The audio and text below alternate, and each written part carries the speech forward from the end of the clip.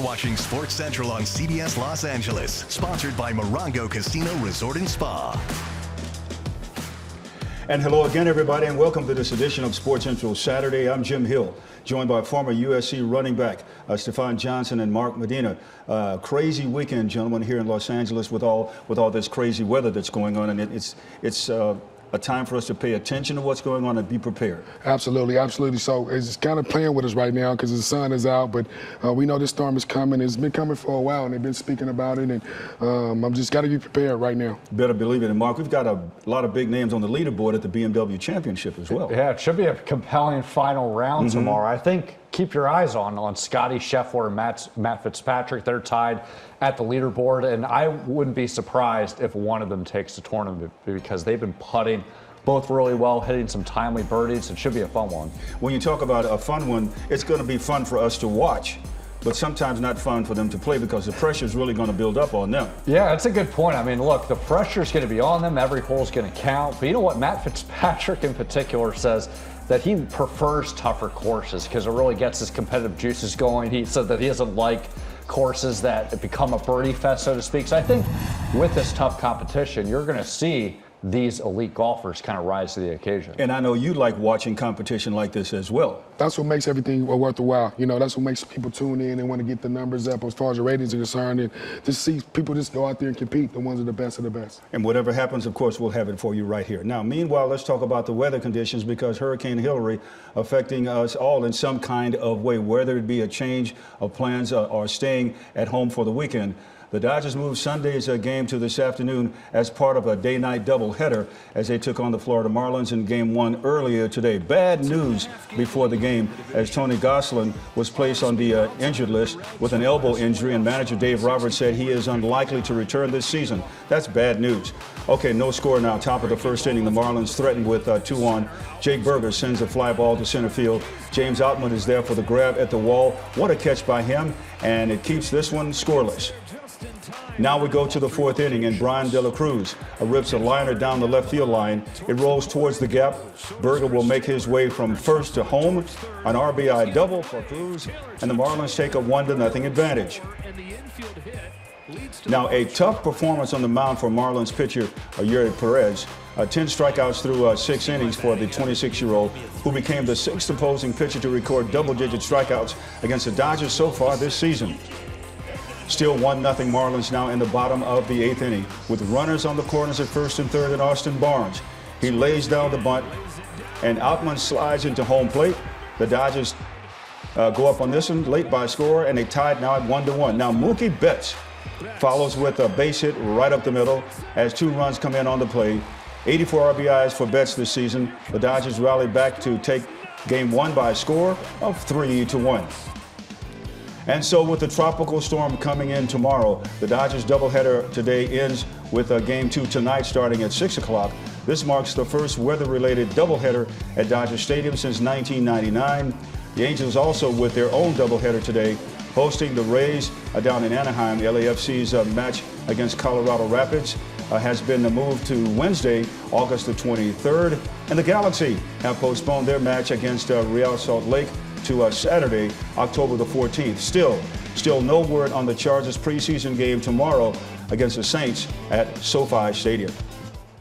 All right, gentlemen, let's talk just a little bit about, can you remember the last time weather caused this kind of havoc here in the Los Angeles area, causing the confusion that it is with sports? Oh, they say it never rains in Southern California. Somebody lied to us. But, I remember growing up in Los Angeles, I think El Nino was probably one of the big ones that kind of knocked us back and put us back. Like, I mean, a couple of games were being canceled, or a couple of events were getting canceled and things of that nature. And it kind of knocks LA off whack when we get this type of water going. And you know it's really bad, and are they considering it really bad when they talk about postponing games? Oh, without a doubt. And I think if there is a silver lining here is that they're getting ahead of the problem as opposed to reacting to it. So the fact that they're making these schedule adjustments before any potential rain hits is good. And, there's already contingency plans as far as when the games are going to be rescheduled for today as opposed to who knows when. And of course, with the threat of this weather coming, it would behoove all of us to get prepared in our own homes by getting the necessary products that we need.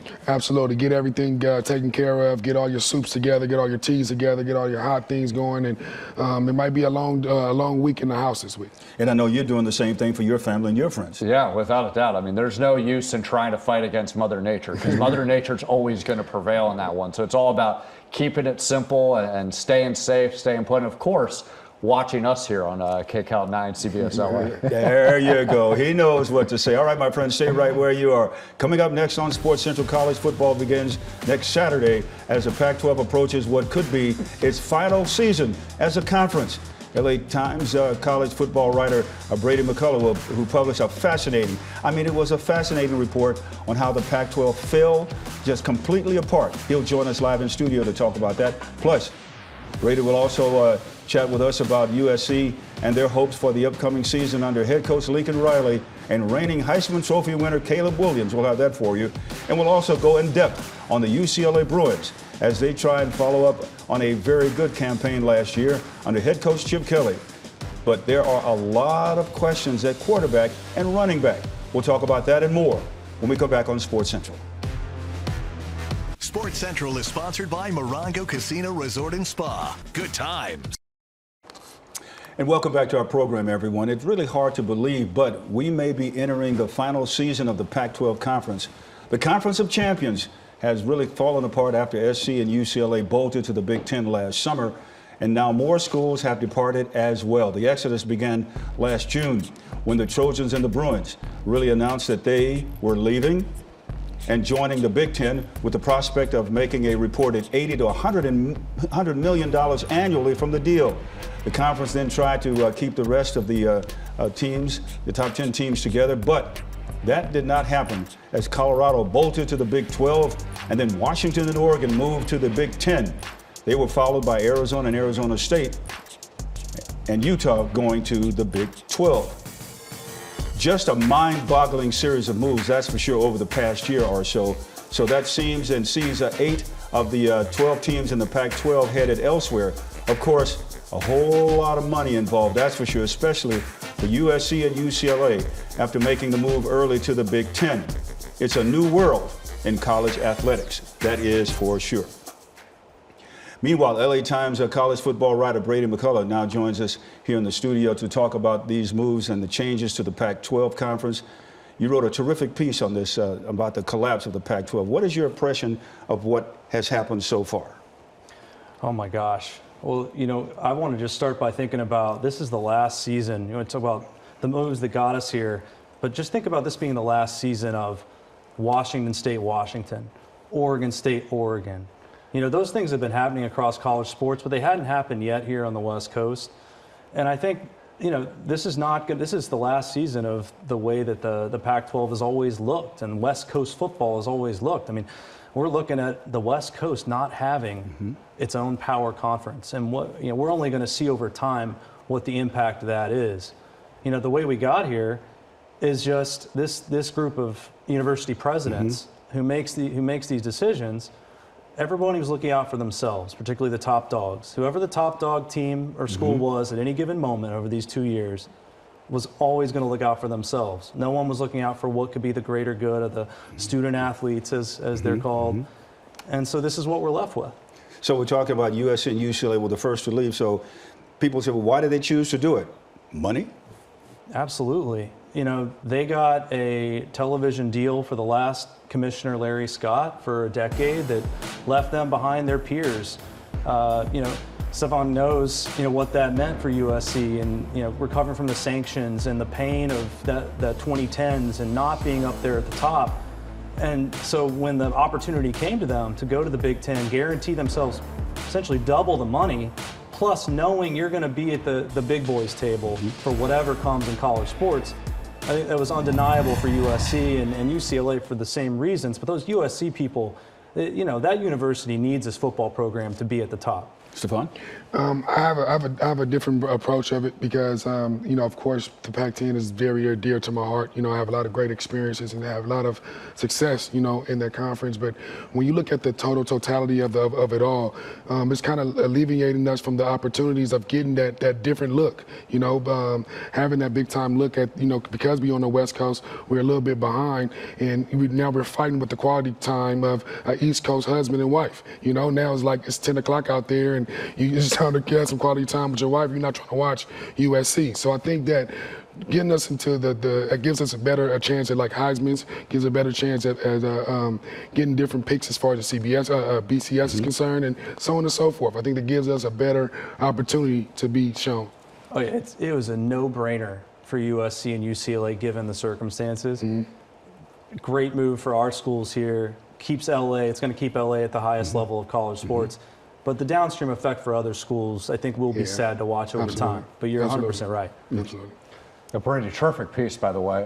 What's been your gauge of what player reaction has been toward all this?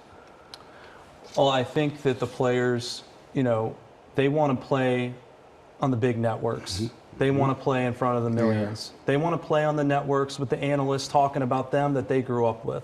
And one of the big problems to get a little bit into the weeds in the story, but one of the big things at the end here was the Pac needed to be saved from an all-streaming deal on Apple TV. Now, of course, Apple TV, no one sells subscriptions like Apple.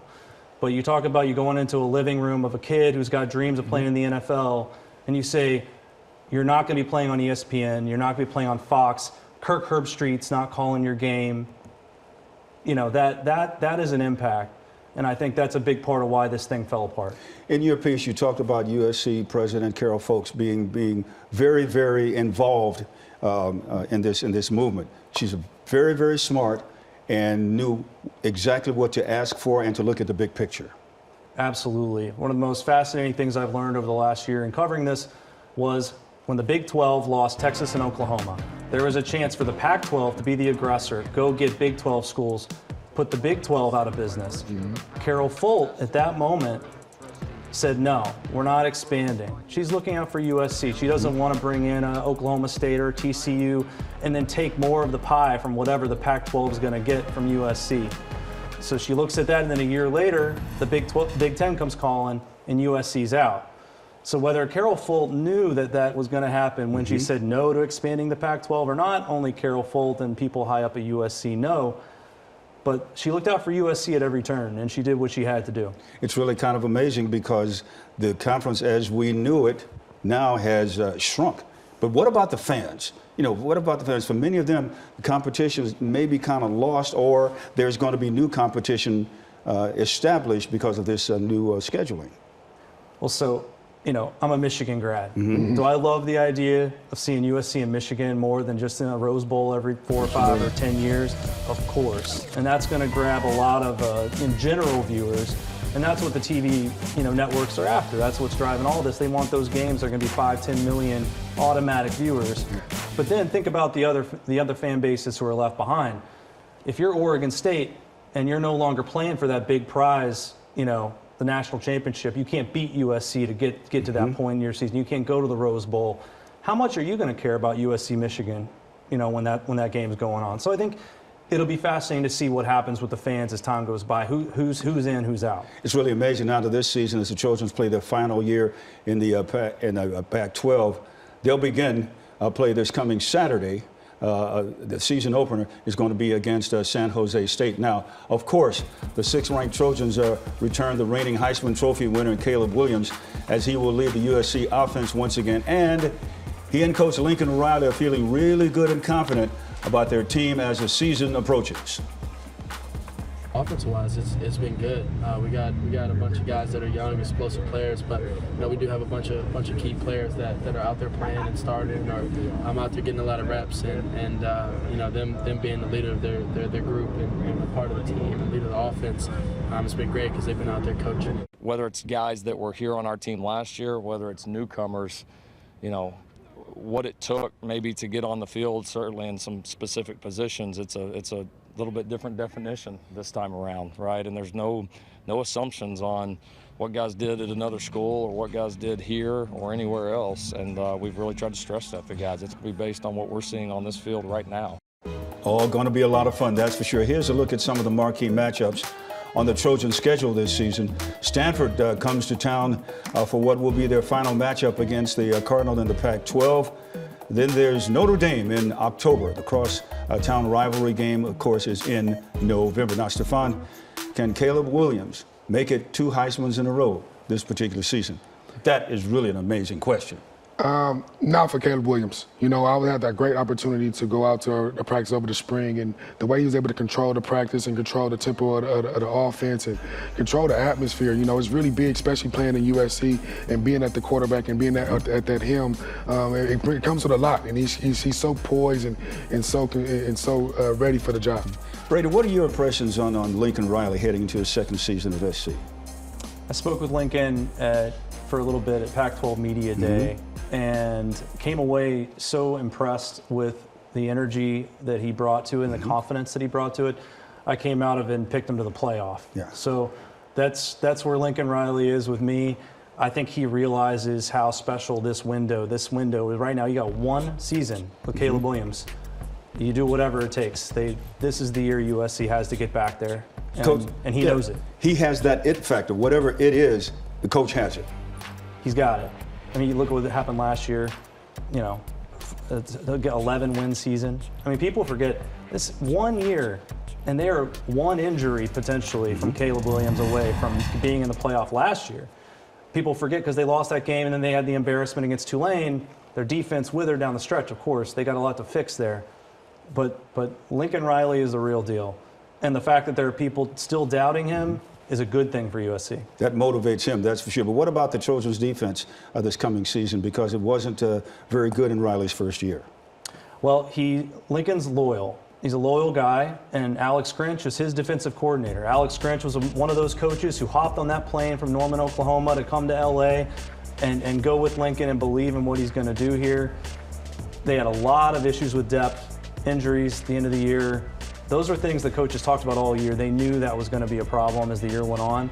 So he gets a mulligan. He gets, you know, Alex Grinch will get this shot, and they've certainly loaded up in the transfer portal again. They're deeper in the front 7, which is important. You need those big bodies to rotate. I think they've got more of that.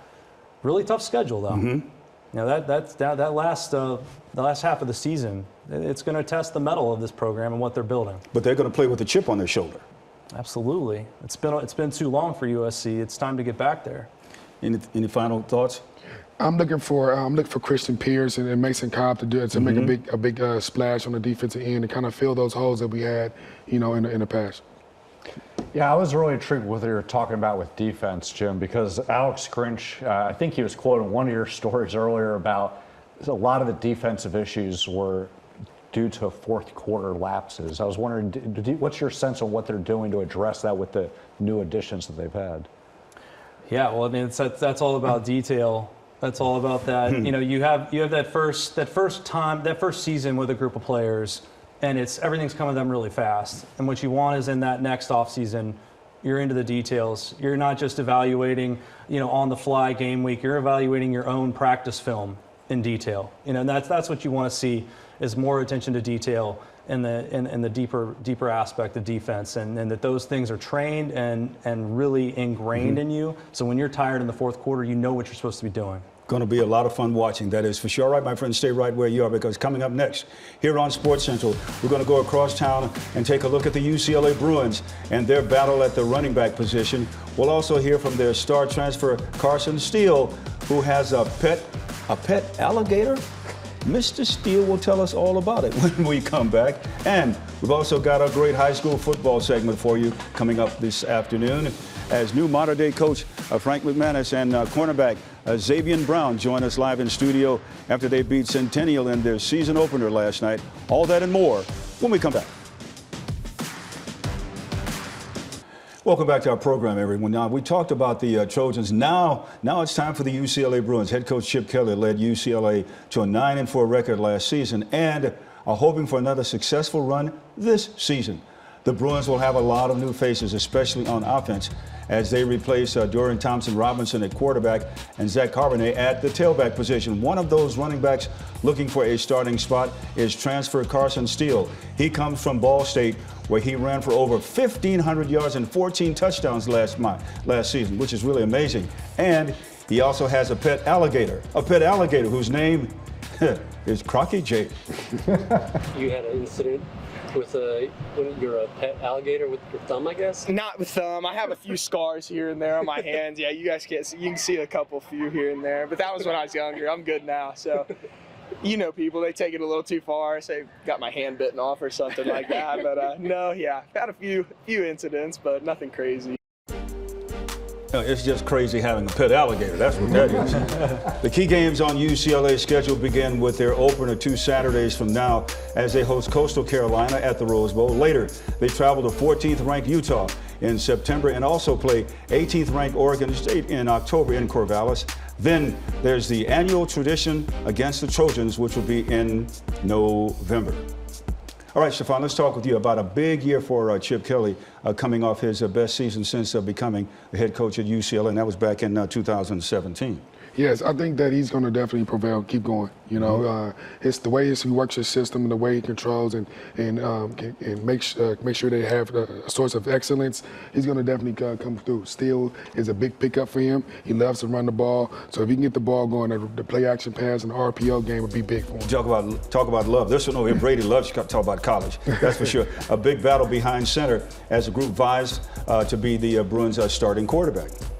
Yeah, that's the talk of camp. Are they going to go with the talented freshman Dante Moore, who flipped from Oregon and came down to the Bruins, and this is one of the top 5 quarterbacks in his class, but he's a true freshman. And Chip Kelly, has a guy in Garbers who's been there for a few years, learning under DTR. It's going to be interesting to see where Chip goes with it. Is he going to hand it over immediately, or is he going to, let Garbers have his shot at it and ease Dante in? Will patience be the key as far as making a decision there? Yeah, I think that with a freshman quarterback, if you're going to play him, you got to allow him to make mistakes. The worst thing you can do is make him feel like he can't make a mistake. Then you get in his head, and suddenly he doesn't feel like a 5-star Dante Moore anymore. And then you've got a bigger issue. So yeah, Chip's been around. He knows how to work with these guys. He knows exactly what to do. That's for sure. What about Carson Steele in the fold? Like I said before, with those undetermined quarterback situations, having a guy like Carson Steele being there to kind of help them out. He had 1,500 yards last year on the ground. That helps out these type of quarterbacks to get in the groove and get into the swing of things, so they don't get pressured and have to worry about trying to get that big ball so early. And the head coach there he's well groomed. He knows what he has to do, so they're in good hands with him. Yeah, without a doubt. I mean, look, Chip Kelly, he's been a very experienced coach professionally and at the collegiate level. He's known for having this brilliant offensive mind. He's got a lot of depth this season, so he has a lot of different options to work with, not just at the quarterback spot, but just how to develop different schemes as far as tapping into the running game and passing game. And I'd like for you to talk about Chip Kelly as well, because he is so well respected, not only in this area, but in the United States as far as college football is concerned. Yeah, when they got Chip Kelly, that was a huge deal, and it was tough at first. They took their lumps. The program wasn't in great shape when he got it, but you definitely see that identity now, and it is good. It's about the run game. Chip, they're going to run the ball effectively, and that'll help them with Dante Moore or Garbers, whoever has the job. And another name that we're hearing a lot is T.J. Harden, another running back. Yes. Now, he might even end up being the RB1, going into the season from what we're hearing out of camp. So he's got 2 really good backs that he can ride. Defense is a whole other question. They haven't quite gotten that figured out at the top level yet. But offensively, they're going to be able to run the ball. They play with a Chip Kelly attitude. And they're lucky to have him. I think people are clear on that now. He is a fabulous football coach, and he's doing a wonderful job. That is for sure. Now, we're going to stay on the gridiron coming up with some real games to show you. We've got Mater Dei's victory over Centennial, and new coach Frank McManus and defensive back Xavier Brown join us live in studio to discuss a huge kickoff to their season last night. And we're going to head back to Dodger Stadium for a live report from our own Jill Painter-Lopez as she will wrap up Game 1 of today's doubleheader. Also, take a look at a very special Game 2 with LeBron James bobblehead in store for fans in attendance. That and more when we come back. Play of the Day, sponsored by Morongo Casino Resort and Spa. Threads the needle, runs it through the bunker.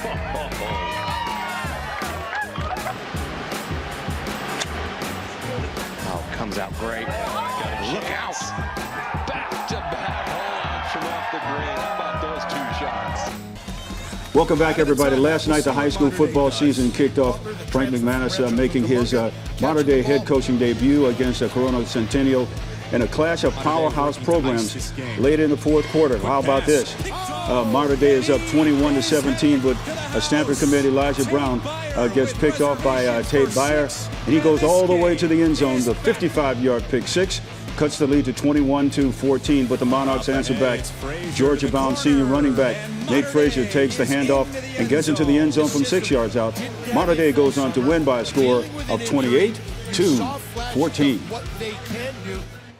Absolutely incredible. Joining us now, our new Modern Day head football coach, Frank McManus, and his prize cornerback, Xavier Brown. Fellas, how did last night's victory feel? First of all, Coach, to you, because there was a lot of tension in the air when we were down there. You know, it was fun. It was a good win. Anytime you beat a Corona Centennial team, it's a good win. I mean, we moved on to the next game, but again, get that first one under my belt made it feel good. So like I said, we're ready to kind of move on to the Bingham, Utah next. But when I saw you yesterday, you were cool, calm, and collected. If you were nervous, it didn't show. Yeah, I think, like I said, when we talked yesterday, most of my anxiety, if any, was about the pregame, the postgame, the halftime things. When it comes to being on the field, I really felt comfortable. We've got a great coaching staff. I've got great players like Xavier next to me. It makes things a lot easier when you're on the field. But again, all those transitions from pregame to postgame and halftime, those kind of things are the ones that give me the most anxiety at the moment. Xavier, congratulations on last night. Let's talk just a little bit about how you felt coming up with that big victory, because you played a huge role in that. Yeah, it was good. It was competitive, and get Coach Frank his first W meant a lot. I mean, you seemed rather cool, calm, and collected last night, and that's the way you play on the field too, isn't it? It seems like nothing really seems to rattle you or get under your skin. Yeah, we was in man every play, so I know I just had pretty much one job to do. Now, Xavier, you've committed to Alabama. What do you like about the Crimson Tide there? Really just the opportunity presents. And that opportunity that's presented to you is to play more on a national scale? Yeah, and to get to the end goal, to the league. Coach, he's really one of your leaders from this year's team, and he leads with his actions more so than anything else. Yeah, Xavier's not only a great football player, but a great kid on and off the field. I've known him probably since 5th or 6th grade, so I'm really tight with his family. He's been a great kid his whole life. He knows exactly what the expectations were coming into Modern Day, as his mom did. And he's really kind of embodied what we've been trying to do at Modern Day. I think Alabama's a great destination point for him. I think there's a lot of similarities in what we do and what they do as far as the competitive edge. I mean, he's going against guys that are going to be in the Division I level, hopefully get to the next level after that. On a daily-to-day basis. And we've had several big-time colleges come out. They enjoy watching our practices and watching these guys compete because it reminds them of their programs, whether it's Ohio State, Alabama, some of those big schools. So he's just a guy that that's why he was chosen as a team captain, because of the way he presents himself to his teammates and the faculty at Modern Day. I think it's just going to carry him on through life. He's cool, calm, and collected now, but on the field, they tell me he raises H-E-double-L, and you know what that is. See, that'll draw that why I want it. Go ahead. Absolutely. I hear that cool, calm, and collected. I keep on hearing that, and I think that it's a saying that said that most coaches, most teams mimics the characteristic of the coach. So do you definitely give that a lot of credit to your head coach of being able to be calm and collected in the most chaos of atmospheres and be able to just play man-to-man, like you said, and not have to worry about the outside factors? Do you think that plays a lot of part in your head coaching? Absolutely. And before he was the head coach, he was my DB coach at Modern Day. So, and before that, he was my youth coach. So I know what his expectations are, and for sure. Do you know how important you are and you are to the team and the success last night? Because a lot of times they look to you, your teammates look to you for leadership, and sometimes you don't have to say anything to them. I'm told that you just kind of look at them, and that can get the message across. Yeah, you know, being a senior and really just kind of help keep everybody on the same page and calm. Mm-hmm. It's always a good thing, man, to have a quarterback on defense and a person that's been with you for a long period of time and knows the things that you want and knows the things that's expected of others that's also on the field as well with him. He knows the nuances of the defense. He's been with us, like I said, he's been on some of the youth 7-on-7 stuff with us since he's been a 5th grader. So he knows the defense inside and out. Some of our calls, he's always played. He's a 4-year starter for me. He's a guy that understands what it takes through the grind of the season. He's really kind of mentors guys too. So like I said, a lot of collaboration, especially when I was the defensive back coach, there's a lot of collaboration that happens with the guys in the team. So the secondary, especially, how are we going to play when they're stacked? How are we going to do it when they're in a bunch situation? You know, what do they like to do? Who do we want to double? Like I said, how do we want to play things? It's a process of getting to know how we want to do things. And he's been a big piece of that. Like I said, he's had a 4-year journey that hopefully will end successfully. But like I said, I'm happy where he's going, but I'm going to miss him when he's gone. Gentlemen, thanks so much for being here, and congratulations last night. That is for sure. All right, my friends, still to come. We're going to head back out to Chavez Ravine for a live report from our Jill Painter-Lopez after Game 1 of their doubleheader against the Marlins. She'll have all of that tonight. How about this? LeBron James bobblehead giveaway in Game 2 at a baseball game. And we've got an inside look at training camp for the Chargers and the Rams. We'll discuss that and the upcoming season for both teams next on Sports Central. Welcome back to our program, everybody. The Dodgers playing a doubleheader today with the wet weather coming in, and they won Game 1 against the Marlins 3-1. The Dodgers trailed 1-0 in the 8th inning before breaking it open for the victory. And for more on today's game, here's our own Jill Painter-Lopez live now at Chavez Ravine. Jill? Jim, thank you. Well, as you mentioned, the Dodgers won, but it didn't come easy. They had a tough time against Yuri Perez, who struck out 10. They didn't get to the Miami until they got to the bullpen and Dave Robertson, and they manufactured runs there in the 8th inning. Single, an outman walk, and Austin Barnes, the hero again with a sac bunt to tie the game. And then, of course, Mookie Betts, 2-run single. So the same cast of characters coming through again. After the first game, had a chance to talk to Dave Roberts and Austin Barnes about that 8th inning.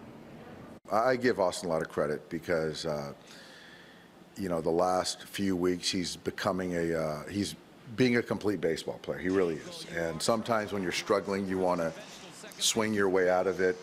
But for him to be able to step back and play for the good of the team, his teammates, and to win a baseball game, I trust him more than anyone in that spot. And he's come through more times than not. So it was a big play. Got a chance to tie the game and then break it open a little bit with Mookie. So, you know, he's, you know, on both sides of the baseball, he's really playing good ball. What about the 8th and the way you guys, you know, scored the runs, the bunt, obviously the single, the outman walk, just kind of overall after, you know, not being able to do much against Perez? No, we did absolutely nothing versus Perez. Just kind of getting to the pen, and we saw Robertson last night. But, yeah, the James walk, that was a close pitch. And for him, a young player, to take that 3-2 pitch, to get on base, and then Kike has just been he's been a spark plug for us.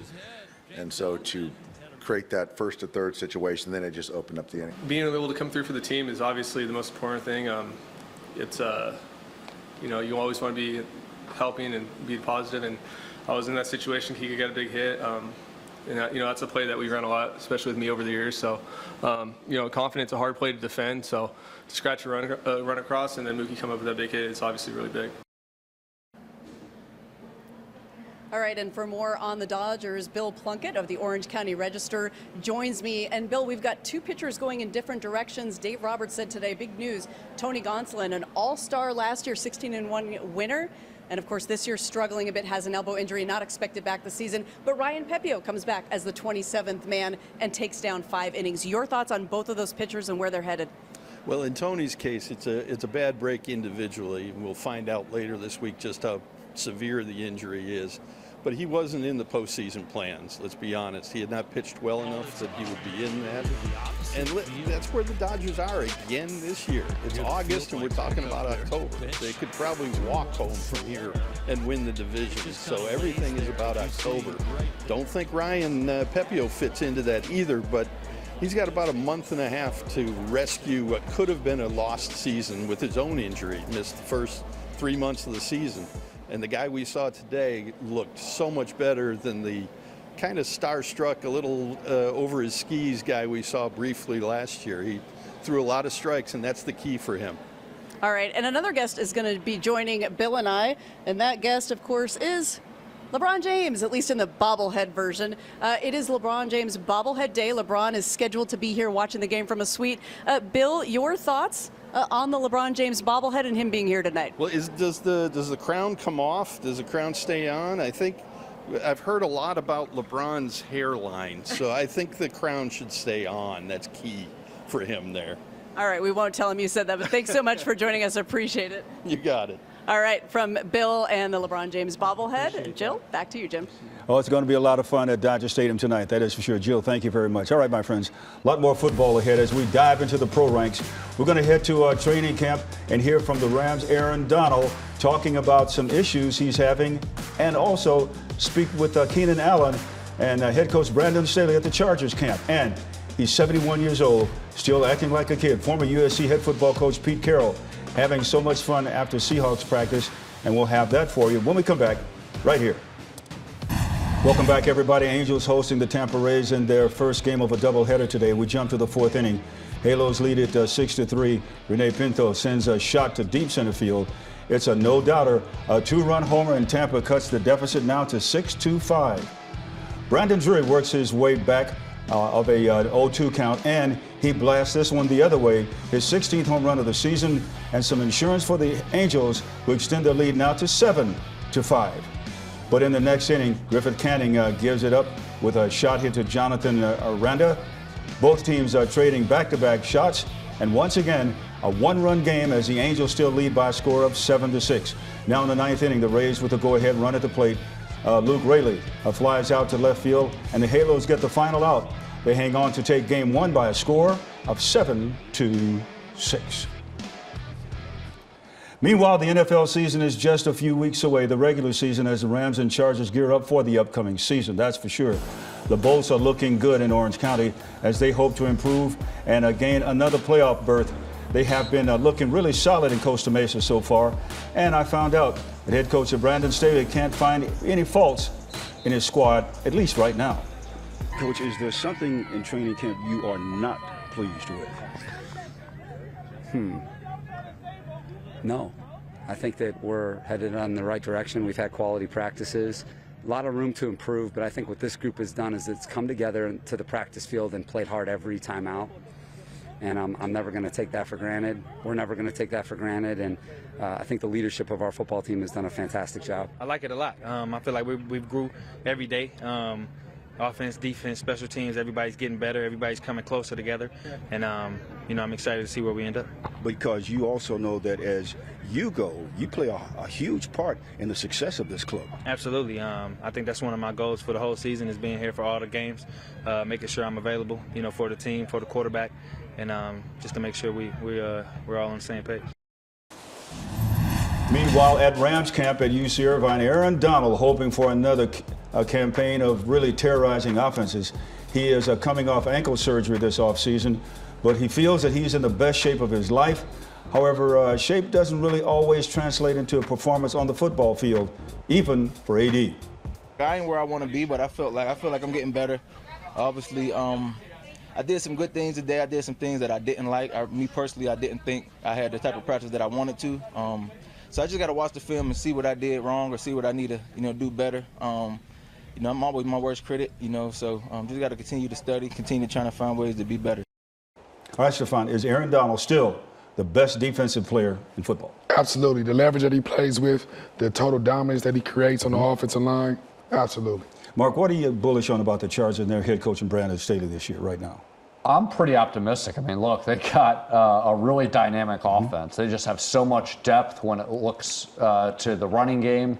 the quarterback position, wide receiver. I mean, they're going to be one of the best offensive teams, I think, in the country. And they're also clearly showing a lot of chip on their shoulder motivation from the disappointing wild card loss to Jacksonville. So when you add that talent and the fact that they have something to play for, I think that they're going to be pretty successful this season. And I think they're really looking forward to the upcoming season. I think so too. I think the Chargers will be in great shape. There's got to be, like Keenan Allen said, the availability of them is going to be the totality of their whole season. If they're available, I think they got a great shot. And one thing, when you watch them at practice, they're very, very succinct about what they want to do at a specific time. They don't waste any time on the field. Not at all, not at all. Coach Staley does a great job of his previous experience and the things that he's been able to get on. Yeah, and I think it starts with Justin Herbert, with just how great of a leader he is at quarterback. He's one of the best quarterbacks, I think, in the game. And they're going to really open up this offensive playbook with Keenan Moore being the offensive coordinator here. I mean, he has such a great pedigree coming from Dallas. I think you're going to see that really good balance in the running and passing game. And I'm interested in your thoughts on Aaron Donald. Yeah. I love Aaron Donald, obviously. I mean, he's three-time, I think, Defensive Player of the Year for a reason.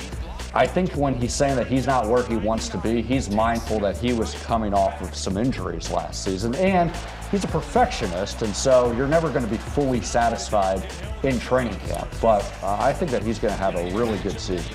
On the field, there's no one better, that's for sure.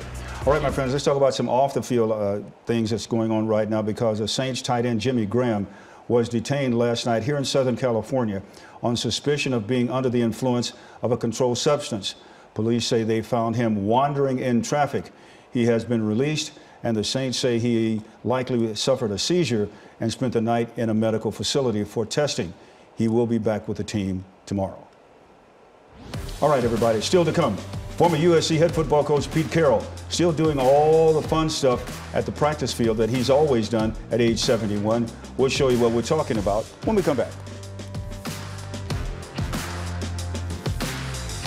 All right, my friends, here we go. A huge schedule of sports tomorrow here on CBS LA, starting with the final round of the BMW Championship starting at 11 o'clock in the morning from Chicago. That's followed, of course, by Sports Central.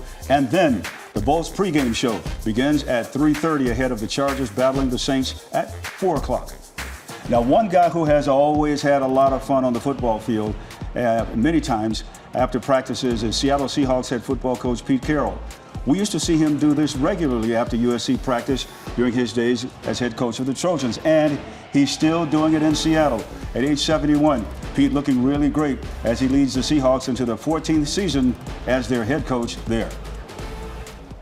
All right, Stafon, there's no one quite like Pete Carroll, is there? No, not at all. He probably had the same energy, the same speed as he has right now. One of the best guys, one of the best competitors ever you can think of, and he does that stuff for fun. He loves that stuff. So he's going to challenge the quarterbacks. He's going to tell you the quarterbacks he's better than you. That's the kind of guy he is. You know, and Brady, when you think about it, Pete Carroll just isn't doing this because he wants to. He's doing this because he feels he has to. Biggest thing I noticed when I was a young guy watching those early USC teams was how much fun they were having. They didn't just beat you, they were having fun doing it. And that's all Pete. And that's the culture that he brought, that's the culture he built. I will say, no coincidence with Pete doing that. Will Ferrell was back at USC practice this week.